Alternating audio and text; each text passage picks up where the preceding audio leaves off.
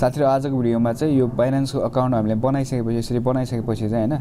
यसले चाहिँ भेरिफाई गर्नलाई के चाहिन्छ भन्दाखेरि चाहिँ हैन तपाईको तीनवटा कुरा चाहिन्छ यहाँनिर देख्नुभयो यहाँ तपाईले देख्नुहुन्छ हैन यहाँनिर चाहिँ यो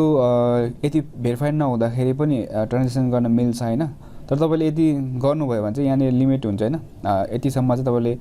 50k सम्म चाहिँ तपाईले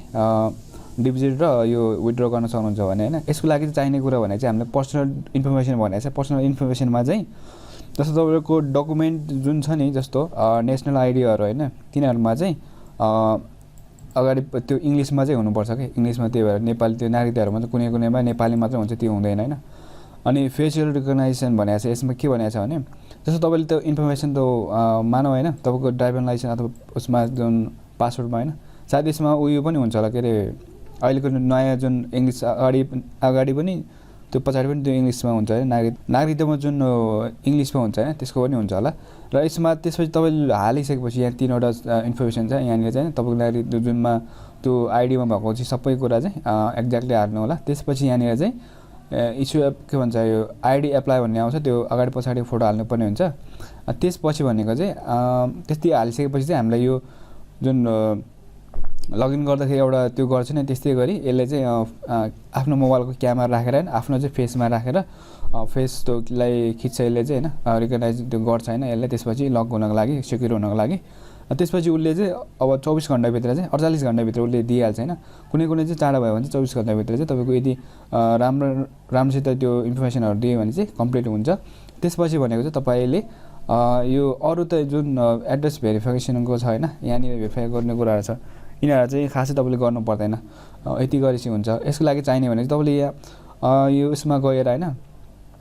लगइन गर्नु होला बाइनान्समा लगइन गरिसकेपछि यहाँनिर चाहिँ के आउँछ भने यो जुन मान्छे जस्तोको यो आइकन छ यसमा गएर आइडेन्टिटी लागि जानुपर्ने भनेको चाहिँ हैन यो मान्छे जस्तोको आइकन छ यसमा छ हैन त्यसपछि तपाईको आइडेन्टिफिकेसन भनेको छ हैन यहाँ जानुस् त्यसपछि भनेको चाहिँ यहाँ यो यही पेजमा आउँछ यो पेजमा आइसकेपछि तपाईले चाहिँ गर्नुपर्ने भनेको चाहिँ यहाँनिर छ हैन अघि मैले भनेको कुराहरु चाहिँ यहाँ देखाउँछ यहाँनिर हैन तीनवटा कुरा तपाईले फिलअप गर्नुपर्ने त्यसपछि भनेको चाहिँ तपाईलाई आउँदैन भने हैन त्यो यहाँबाट हेर्नु होला यहाँ कसरी गर्ने भनेर मैले अघि नै भनेर त्यो प्रोसेस चाहिँ त्यही हो हैन अझ तपाईले चाहिँ उनीहरुले भनेको पनि हेर्न चाहनुहुन्छ भने यहाँ जानुस् गाइडमा जानुस् हैन गाइडमा गएपछि यहाँ भिडियो आउँछ एउटा चाहिँ यहाँ तपाईलाई प्ले गरेर देखाइदिन्छु हैन यो आवाज बन्द गरेर यिनीहरुले पनि यो के चाहिन्छ हैन यो स्क्यान फेस स्क्यान हैन के को लागि हो सबै भनिदिन्छ हैन यहाँनिर चाहिँ अनि यहाँ हेर्नु होला मेरो चाहिँ कम्प्लिटली भेरिफाई भइसकेपछि पनि यस्तो भएको हैन त्यही भएर तपाईले चाहिँ कुनै इस्यु छ भने हैन तपाईले यहाँ कन्ट्याक्ट गर्न सक्नुहुन्छ उहाँहरुलाई के गरी गर्ने भनेर र तपाईले चाहिँ अब तपाईले आउँदैन हैन अनि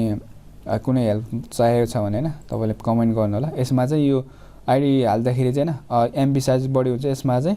अनलाइनबाट तपाईले चाहिँ साइज यसको फाइलको साइज कम गराउन मिल्छ फोटो खिचेर हाल्दा हुन्छ र फेस गर्दाखेरि चाहिँ तपाईले के गर्नुपर्ने हुन्छ हैन कतिले चाहिँ अब ल्यापटपबाट गर्नुहुन्छ त्यो हुँदैन मोबाइलबाट गर्नु होला त्यसपछि त्यो आफ्नो फोनको त्यो क्यामेरा चाहिँ अगाडि राख्नु पर्ने हुन्छ त्यसपछि भनेको चाहिँ उसले डकुमेन्ट लिन्छ त्यसपछि चाहिँ उसले 48 घण्टा भित्र त्यो 3 दिन भित्र चाहिँ उसले भयो के भने त्यो पठाउँछ भयो भने तपाईको यसरी भेरिफाई आइहाल्छ हैन कम्प्लिट यहाँ देख्न सक्नुहुन्छ भेरिफाई भनेर देखाउँछ यहाँनिर चाहिँ भएन भने चाहिँ तपाईको के मिलेन उसले देखाउँछ हैन यति गर्नु होला र एड्रेसको पार्टबाट पनि तपाईले गर्न सक्नुहुन्छ कुनै चाहिँ तपाईको हैन एड्रेस चाहिँ तपाईको भेरिफिकेसन छ भने चाहिँ तपाईले चाहिँ यो गर्नु पर्दैन यो अगाडि यो गर्नु पर्दैन एड्रेस भेरिफिकेसन भयो भने चाहिँ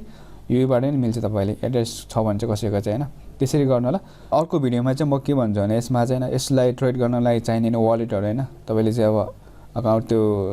कोइनहरु ट्रान्सफर गर्दा के गर्नु त्योहरु चाहिँ अर्को भिडियोमा हुनेछ अहिलेलाई चाहिँ यति गरौँ कुनै समस्या छ भने कमेन्ट गर्नु होला